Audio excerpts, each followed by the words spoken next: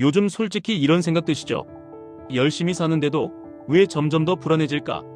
월급은 들어오는데 통장은 가벼워지고 뉴스는 하루가 다르게 AI 이야기, 반도체 이야기, 로봇 이야기만 합니다. 근데 더 답답한 건 그 얘기들이 내 삶이랑 연결이 안 된다는 겁니다. 나는 회사 다니고 애 키우고 할 일 끝나면 그냥 지쳐서 쓰러지는데 세상은 누가 더 빨리 부자가 되느냐로만 굴러가니까요. 여기서부터가 핵심입니다. 격차는 노력 차이로 벌어지는 게 아닙니다. 격차는 방향 차이로 벌어집니다. 그리고 그 방향을 시장에서 제일 솔직하게 보여주는 게 QLD, TQQQ입니다. 싫든 좋든 돈이 어디로 쏠리는지, 누가 미래의 권력을 가져가는지 이 두 개가 QLD, TQQQ에 그대로 찍힙니다. 불과 1년 반 만에 전 세계 자본이 AI로 수경 원 단위로 쏠렸다는 이야기가 나옵니다. 작년 6월 27일 기준으로 AI 10대 기업에 모인 자본을 더해보니 2경 3천조였고 얼마 뒤 다시 더해보니 3경 7천조가 됐다는 말이죠. 이 숫자에서 중요한 건 정확한 자릿수가 아닙니다. 지금 시장은 매출이 얼마냐, 이익이 얼마냐를 묻기 전에 미래의 권력을 먼저 사들인다는 겁니다. 그리고 이 구조를 제일 단순하게 타는 티켓이 QQQ이고 그 QQQ의 속도를 올린 게 QLD와 TQQQ입니다. 자본이 몰리면 무슨 일이 벌어질까요? 돈이 인재를 빨아들입니다. 인재가 모이면 제품이 빨리 좋아집니다. 제품이 좋아지면 고객이 선택합니다. 고객이 선택하면 다시 돈이 더 몰립니다. 이 루프가 돌면 격차는 개인의 능력 차이가 아니라 시스템의 결과가 됩니다. 그리고 이 루프가 가장 강하게 돌아가는 무대가 바로 나스닥 100입니다. 그래서 QLD, TQQQ를 이야기할 때는 레버리지라는 단어부터 꺼내면 안 됩니다. 먼저 왜 자본이 나스닥으로 몰리는지, 왜 그 안에서도 상위로 몰리는지부터 봐야 합니다. AI는 말 잘하는 비서로 끝나지 않습니다. 이제는 몸을 가진 AI, 피지컬 AI로 내려옵니다. 휴머노이드, 자율주행, 무인택시, 공장 로봇, 드론, 국방 물류. 여기서부터 돈의 속도가 달라집니다. 사람이 피부로 체감하는 순간 투자자는 더 공격적으로 베팅합니다. 그러면 승부는 결국 누가 더 빨리 학습하고 누가 더 빨리 양산하느냐로 갑니다. 그 말은 곧 컴퓨터가 권력이라는 뜻입니다. GPU가 권력이고 데이터 센터가 권력이고 전기가 권력입니다. 이 권력의 중심에 서 있는 기업들이 어디에 모여 있습니까? 바로 QQQ의 상단입니다. 그래서 QLD, TQQQ는 단순히 빨리 오르는 상품이 아니라 권력이 커지는 방향의 레버리지를 얻는 상품입니다. 그리고 이 시대는 독점의 시대입니다. 반도체를 잘 만드는 것만으로 끝나지 않습니다. 그 반도체 위에서 돌아가는 생태계를 누가 표준으로 잡느냐가 더 중요해집니다. 개발자들이 어떤 툴을 쓰느냐, 기업들이 어떤 학습 플랫폼을 쓰느냐, 로봇이 어디에서 훈련하느냐, 표준을 쥔 쪽이 하드웨어까지 묶어버립니다. PC 시대의 운영체제가 표준이 되면 선택지가 줄어들듯이 로봇 시대에도 비슷한 일이 벌어집니다. 이런 구조는 결국 상위 기업의 현금 흐름과 시가총액을 더 키웁니다. 그래서 QLD, TQQQ는 이런 독점 구조가 강화될수록 더 강해질 가능성이 큽니다. 하지만 반대로 독점 구조가 흔들리는 순간 낙폭도 커집니다. 이 두 가지를 같이 받아들이셔야 합니다. 여기서 한국 이야기가 나옵니다. 피지컬 AI가 발전하려면 LLM도 필요하고 반도체도 필요하고 제조업도 필요합니다.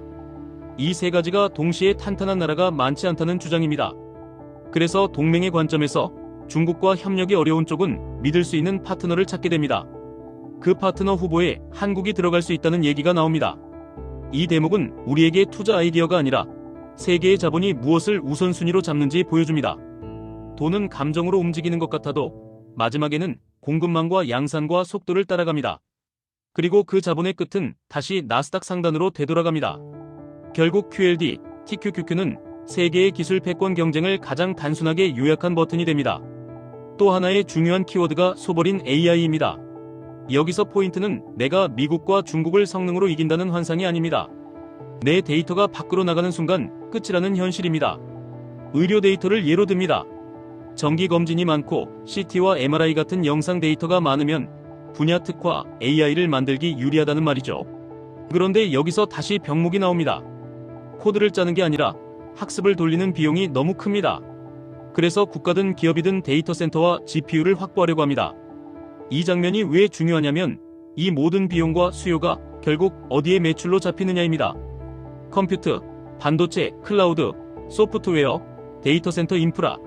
이 축이 강해질수록 QQQ의 핵심 비중이 더 두꺼워지고 QLD와 TQQQ가 더 자주 사람들 입에 오르게 됩니다. 이 변화는 일자리로 내려옵니다. 직무 중복이라는 말이 나옵니다. 개발자, 광고, 마케팅, 문서 업무, 반복 업무.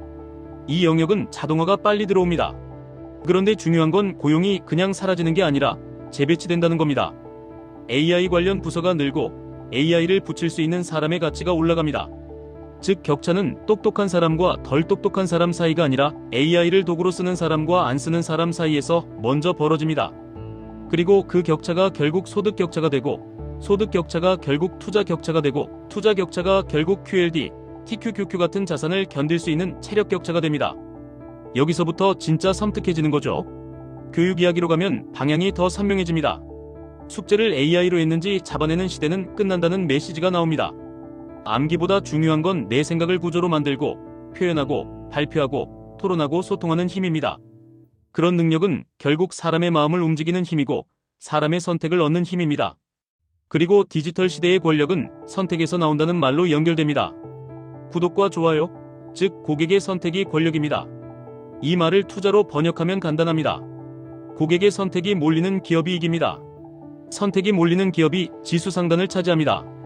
지수 상단이 더 비대해지면 지수는 더 상단의 움직임에 끌려갑니다. 그 흐름이 이어지면 결국 QQQ가 강해지고 QLD와 TQQQ는 그 강함을 증폭시킵니다.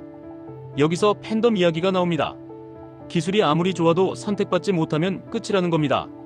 선택은 공감에서 나오고 공감은 인문학에서 나온다고 합니다.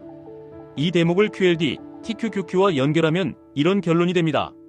AI 시대에도 결국 시장이 돈을 주는 곳은 고객의 마음을 얻어 현금 흐름을 만드는 기업입니다. 그리고 그 기업들이 모여있는 곳이 나스닥 100의 상단입니다. 그래서 QLD, TQQQ는 단순히 기술주 베팅이 아니라 선택이 몰리는 구조에 대한 베팅입니다. 하지만 여기서 반드시 같이 말해야 할 게 있습니다. 격차가 벌어진다는 말은 상승만 있다는 뜻이 아닙니다. 하락의 격차도 같이 벌어집니다. 승자 독식의 시대는 변동성이 커지는 시대입니다. 그리고 레버리지는 그 변동성을 더 크게 느끼게 합니다. 그래서 QLD, TQQQ는 믿음으로 하면 위험해지고 규칙으로 하면 도구가 됩니다. 규칙은 복잡할 필요가 없습니다.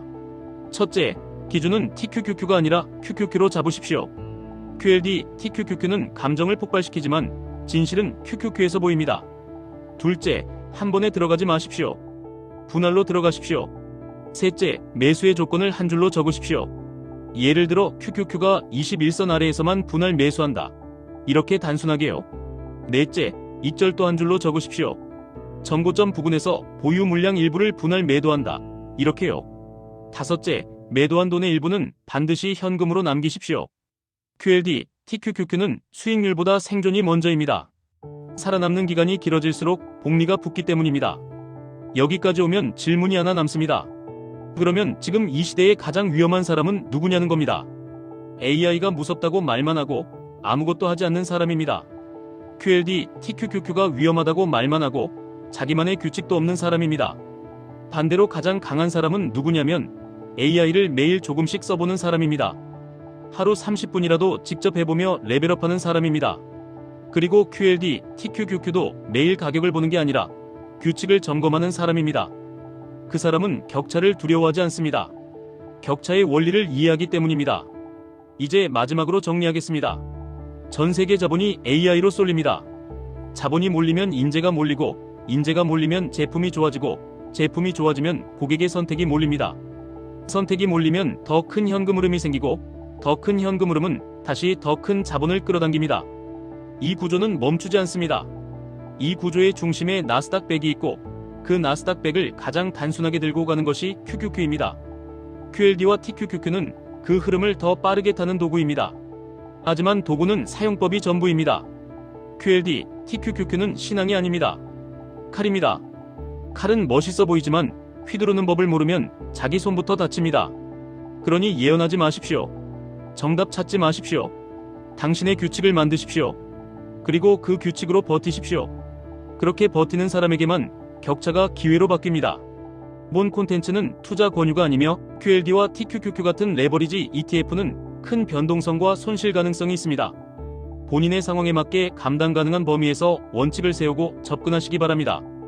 구독과 좋아요는 여러분의 선택이고 여러분의 선택이 다음 이야기를 만듭니다.